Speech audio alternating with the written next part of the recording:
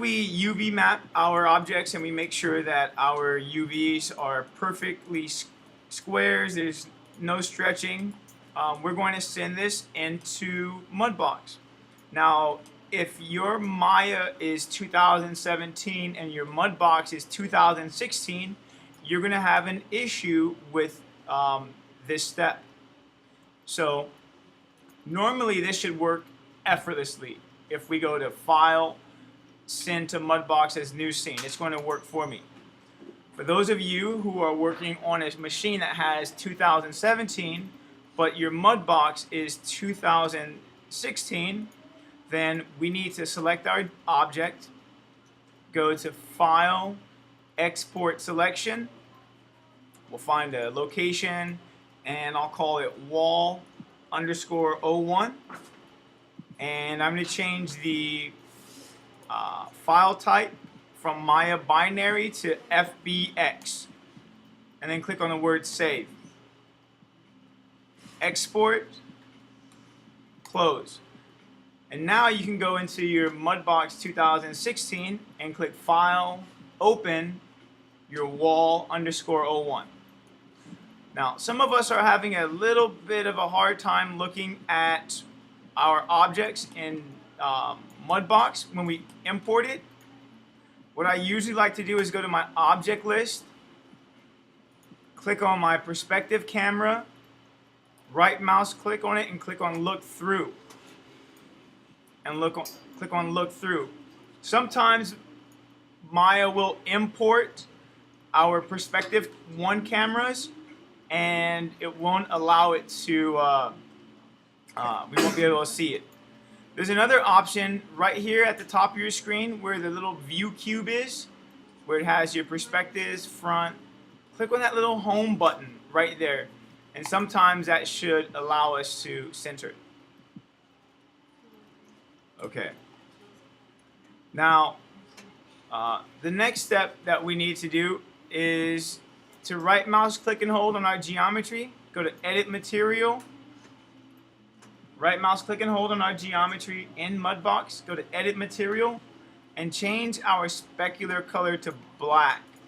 What this allows us to do is it allows us to not have a specular map.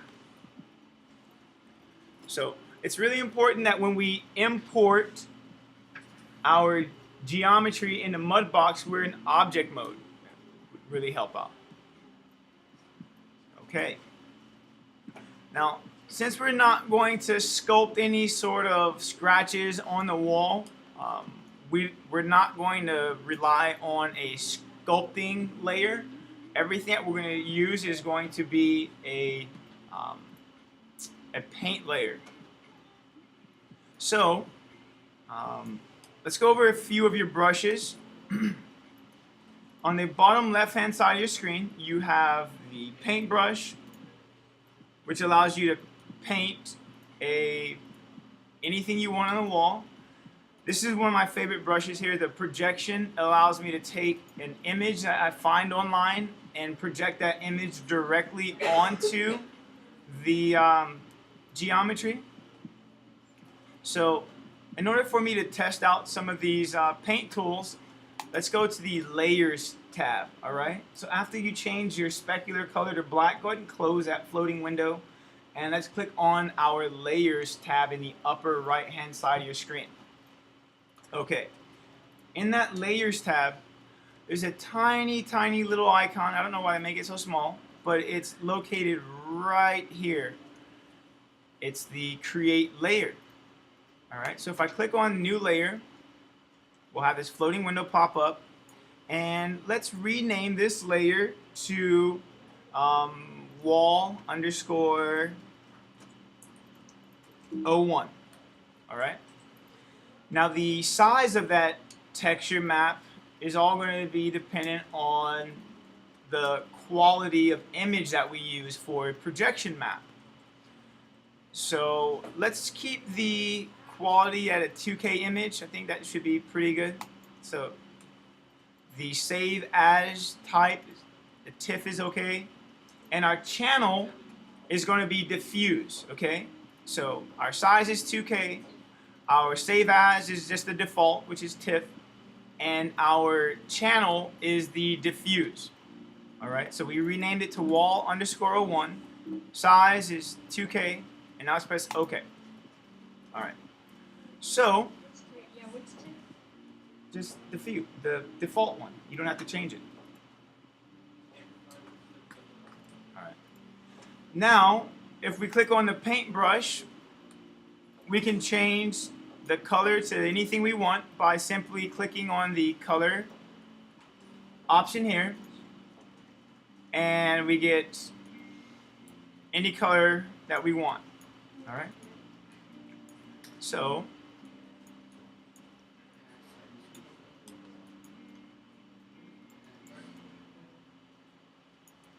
see, so I'm painting on the wall. I can change the brush size. The shortcut to change the brush size is hold B, left mouse click and drag, and you'll notice that that little circle, the diameter gets larger, so it's easier for you to paint. Okay.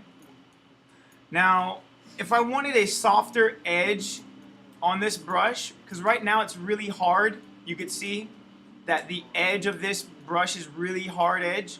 If I wanted it to be a little bit softer, I can click on this fall off. Alright, so at the bottom of your screen in these tabs on the right side, you see it says fall off right here.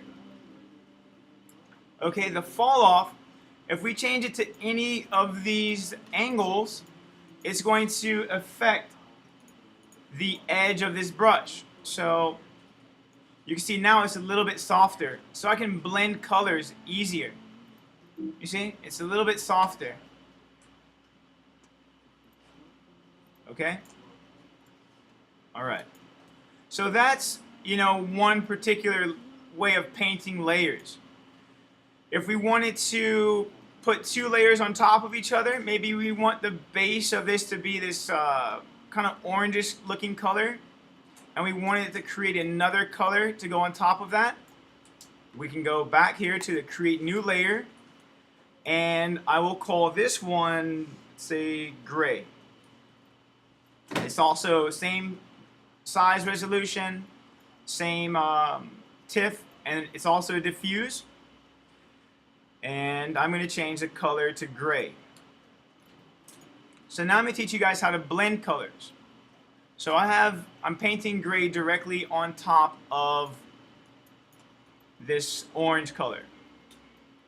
Alright? I'm painting gray directly on top of this orange color. If you guys wanted to, let's say, multiply, so right at the top of your screen, you can see my layers. I can change the normal to dissolve. I could change it to darken. I could change it to multiply, and you can see it changes the color. I could change it to color burn, linear burn. So these are different ways of, let's say, enhancing a particular color. Screen dodge, overlay. I like to use like multiply and overlay. Now, you'll also notice that in each of these layers there's a strength. If I click on that strength, I can change it a little bit lower. You see? I could change the strength of the gray. I could change the strength of the orange. Actually, let's rename this to orange. Or I can change the strength of the orange. So you can blend colors really easy. Okay, so that's just really simple paintbrush. Let me teach you guys the clone tool. I think the clone tool is really fun. If we click on the clone tool, all right, at the bottom of your screen, let's click on the clone tool. And I'm going to find a section of the orange that I want to repeat to the other side. So if I press and hold Control, you're going to notice that the icon changes. So it's going to sample this section of orange. I let go of control, and now I can paint orange on this side of my wall. You see? See how it's sampling the region on the right hand side and it's painting it there? So control and you select the region and it samples it. Now if I turn off my gray, there we go. So I'll sample this region. So this helps to like repeat a lot of different edges. Right? Okay. Now, the next thing I want to teach you guys is projection. I think projection maps are like the best and coolest thing. I'm going to turn off the orange layer. Alright, let's turn off those layers that we just created. Alright, so we're going to use the projection brush. So if you guys can turn off the little circle. Alright, we want to keep the diffuse layer there. Let's create another layer and let's call this metal. M-E-T-A-L. M-E-T-A-L. Let's call this metal. And we're going to use the projection brush. Alright. So the projection brush is designed to work with the stencil. So we have to select a stencil. You're like, what is a stencil? A stencil is pretty much an image, a texture map that we can custom create in Photoshop or we can find online. So I'm going to click on this basic metal here. Alright, so if you guys can click on that, we're going to get this really large image directly in front of our geometry. Now if you want to change the image so that you still paint that image on your wall but you don't want to see it, you can click on the visibility right here on your left hand side. On the bottom right hand side of your stencil, you can change the visibility to be something like 0.2 or 0.1. So now I can see my geometry behind the image. So you have to click on the stencil image right here on the bottom right. Click on the stencil image, and then the column on your right hand side, you're going to see a visibility. Alright. Now, if you press and hold S, and you hold right mouse click and drag, you can change the size of your stencil. You can change the size of your stencil. Alright. When I'm painting anything, I like to keep my camera still. Alright, for various reasons. I like to keep my camera, still. So, in order to keep your camera still, alright, well, let's not talk about cameras first. Let's talk about the stencil. Let's hold S and left mouse click and drag. You can rotate it, see? Hold S, left mouse click and drag. You can rotate your stencil. Hold S, middle mouse button and drag. You can move your stencil. Alright? Now these are default textures, so I don't expect any of you guys to use these in your projects. Now, what happens if you want this stencil to be that small on your wall and you want it to repeat this texture, right? But you don't want to have to keep painting and moving. Because if I click on that stencil and paint, let's do this. Alright, now I think I'm painting on this wall. Alright. Alright. So I don't want to have to keep doing this, right? Move my camera around, paint like this. You can click on the button, Use Tiles. Use Tiles only works if your texture is tileable. I don't think this is tileable because you can see the creases, the lines. So finding a really good texture is going to be a little bit of research. Alright, the best place I like to use for research when it comes to painting textures is found at textures.com. So if you guys all could go to textures.com, I would really appreciate it.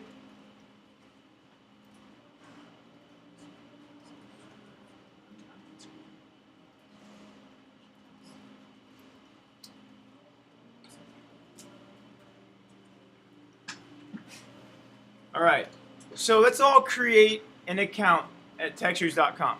It's not going to send you any crazy spam. Alright, let's go to sign up for free. And you get free 15 free downloads every day. Alright, now the images that we can find on this particular website range from 500 by 500 to 4K by 4K images. So really high resolution images. And it's really important to find high resolution images, especially when you're painting your objects. Alright, so I'm going to use G-Star's email address. And make up a generic password. And then I'm not a robot, sign up.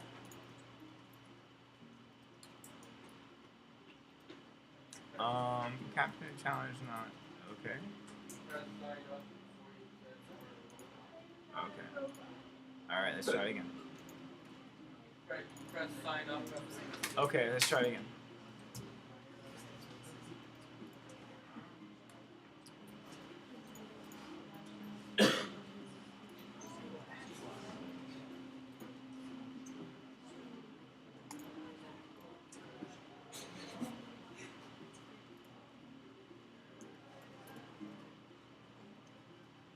Alright, so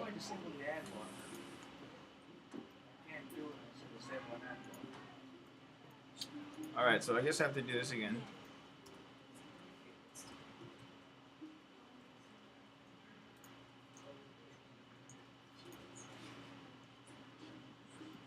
Okay, so I want you guys to go to the left column and click on metal.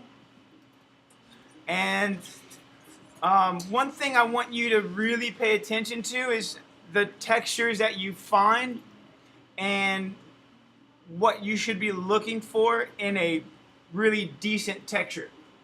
Alright, so what I do not think is very professional are that picture of a girl there, right there. It's like, I don't know why that pops up there. Like, these people have gotten really, really big to have ads where these textures are. I don't like metals that have shadows in there. So try to find a metal texture that does not have shadows or specularity, meaning shiny areas. So if I click on here, and you can see on this piece of metal that it's like very shiny. We want to paint our specular maps. All right. So I'm gonna find a bare piece of metal, no scratches, and I like this one here. Now there's a 1K image, there's a 2K, a 3K. Let's not do a 3K image because we're not premium members. A 1K map is actually pretty good, so I have to log in. And I'm going to download that image. An account has not been activated, so make sure you guys activate your account. I go to my account, activate it, perfect. There we go. And I click on got it. I'll go back to my login.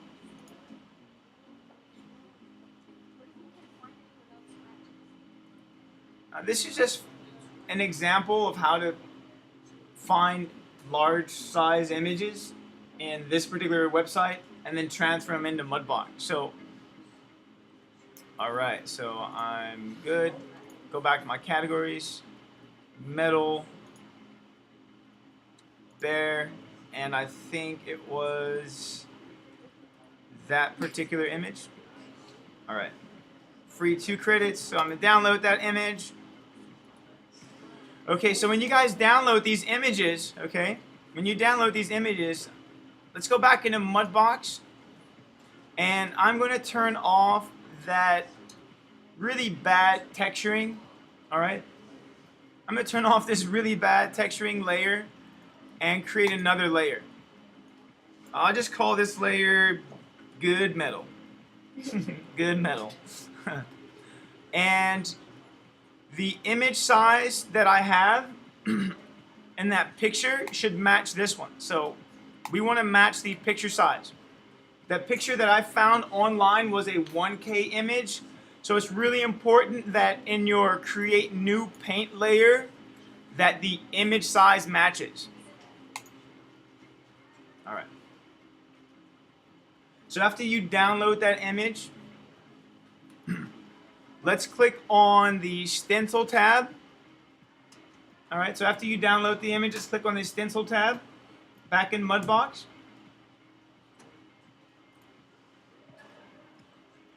So when you create a new paint layer, make sure that the size matches the image that you downloaded. So I know I was saying 2K image earlier, but it should be probably a 1K image if you downloaded a 1K image from that website. Now in the stencils, if we click here, that little arrow, and click Add Stencil. All right? And we want to look for our downloaded image. And there we go. I'll press Open. That image will actually go all the way down here to the back of my stencils. See, it puts it all the way at the end. So I click on that, and voila, there we go. Now I probably don't want this scene to be tiled, so I'm going to turn off Use Tiles. And I probably want this texture map to be about that size.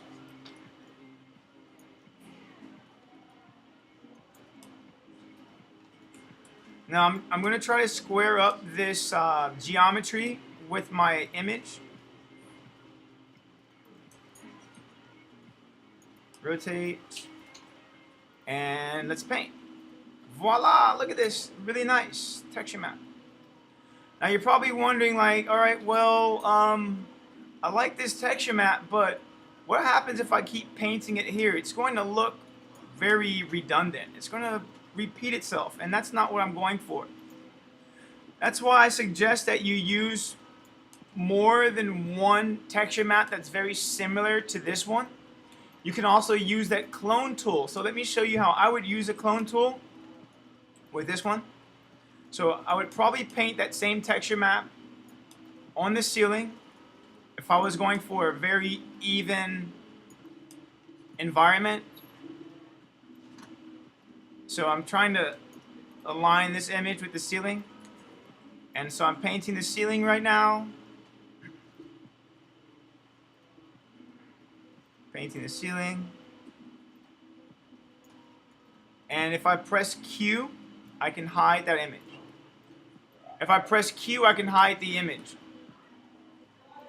All right. If I press Q, I can hide the stencil. So how would I use the clone tool to fill that hole so that I get something a little bit different than, the same variation? Let's go ahead and click on the clone tool. If I press and hold Control, I could select just a section, and I can paint it here. You see, I'm painting it there. Now I don't want to click on the same section. I want to find different sections. You see, and I'm using a soft edge brush. See, my fall off is a little bit too soft. So let's find something a little bit more hard edge. So I'm pressing Control. And I'm trying to get a different variation. So it's always good to sample in the same region. So I'm going to make a smaller selection. I like to sample in the same region. I'm not like selecting areas down here and putting up there, although you can. All right. Let's change the brush size. Make it too big. Control.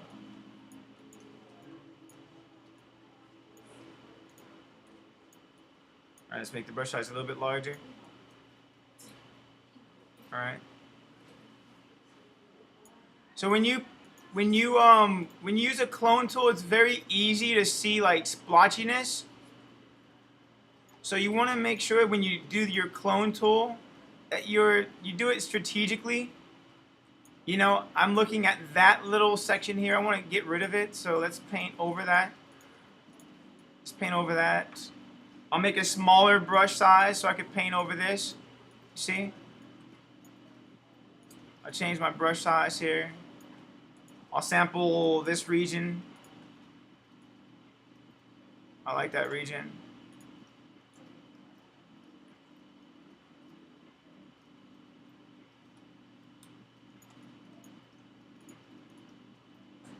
So this is, again, a way that we can try to get some variations in our textures. See, not too bad. Again, there's some regions that I can definitely see some repeating, like right there.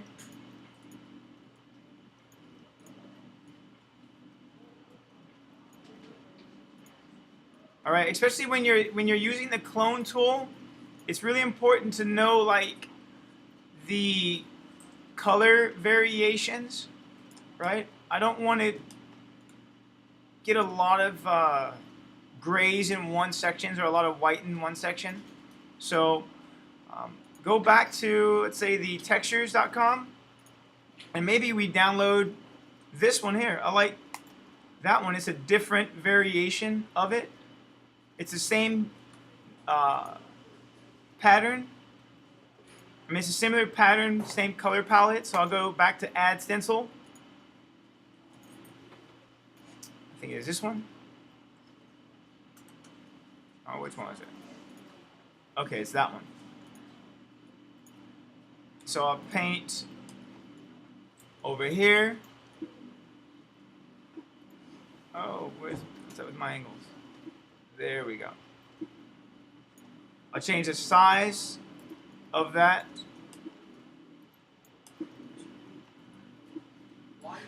I'll go to projection, and there we go. So this, it's like a concrete bunker.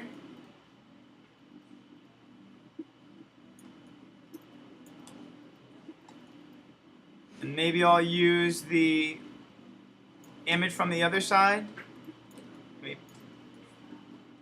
All right, so something.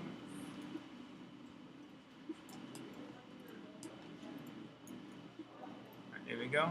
Paint it here.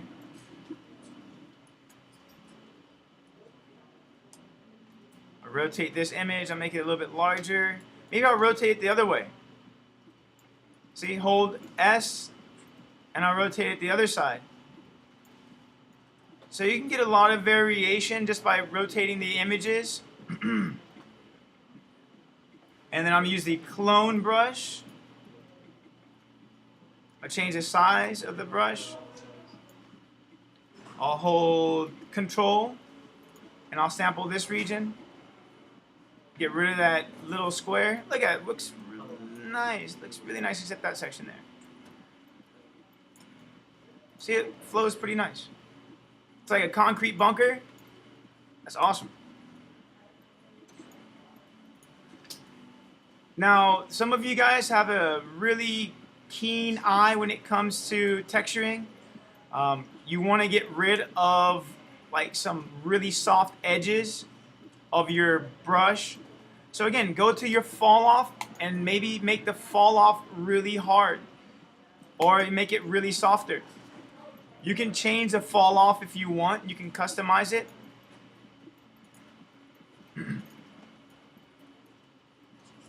Right? Okay. So I'll select that region here. Okay.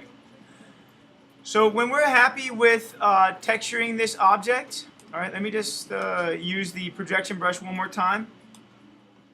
And I'm going to use the other wall, scale it up by holding S. Oops.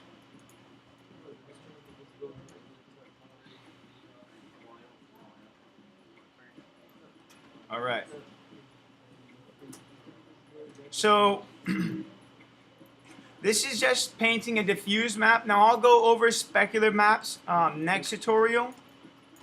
But for now, I'm really happy with this particular map.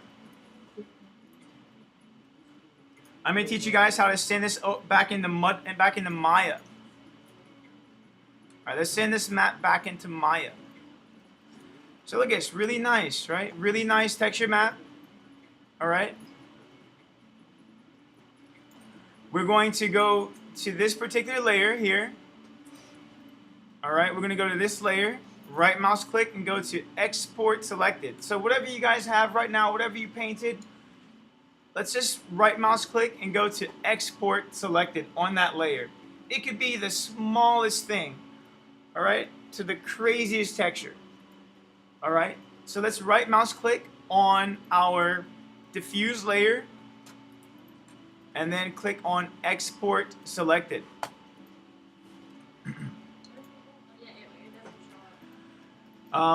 Well, it doesn't show up because maybe you didn't click on what I'm clicking on. See, you have to right mouse click on that layer, not on the word diffuse. You have to right mouse click on that little layer and then find the word Export Selected. Okay. I'm going to put it to my desktop, in my folder, and let's change this to a Targa 8-bit. We'll call this wall underscore 01 diffuse. I call it 01 because there will be another wall as well that I can change the texture map. Wall underscore diffuse. Save. Let's go ahead and minimize MudBox. Let's go back into Maya. Let's go back into Maya. And with our wonderful wall selected, we're going to right mouse click and hold, assign new material. Arnold AI standard. And I'm going to call this wall underscore 01, right? I try to keep the naming convention very similar. Okay. All right. Wall underscore 01 or wall 1. So I'm giving it an Arnold shader. And in my diffuse, we're going to give it a file, and that file is found on our desktop or wherever you guys saved it as wall diffuse 01. And you can see, look at this image. See all that hard work that we put into Maya, the UV lay? It's just like that, right? Our UVs align. And now look at that. Wonderful. Perfect. It's our diffuse. The diffuse means color. Alright, so awesome. This is how we export our objects from Maya into MudBox texture, UV map, and the next tutorial I'll teach you guys how to apply a specular map, which allows light to reflect off of it so we can paint the areas where we want light to bounce off of it. Since this is a bare material, not a lot of reflectivity bouncing off of it, but we can paint a customizable map, and we'll do that next tutorial. So it's really straightforward lesson on sending your geometry into MudBox using the clone tool, using the paintbrush tool, and using the stencil tool, and also importing texture maps so we can use our projection brush, and then exporting our diffuse maps. So this is the end of the tutorial.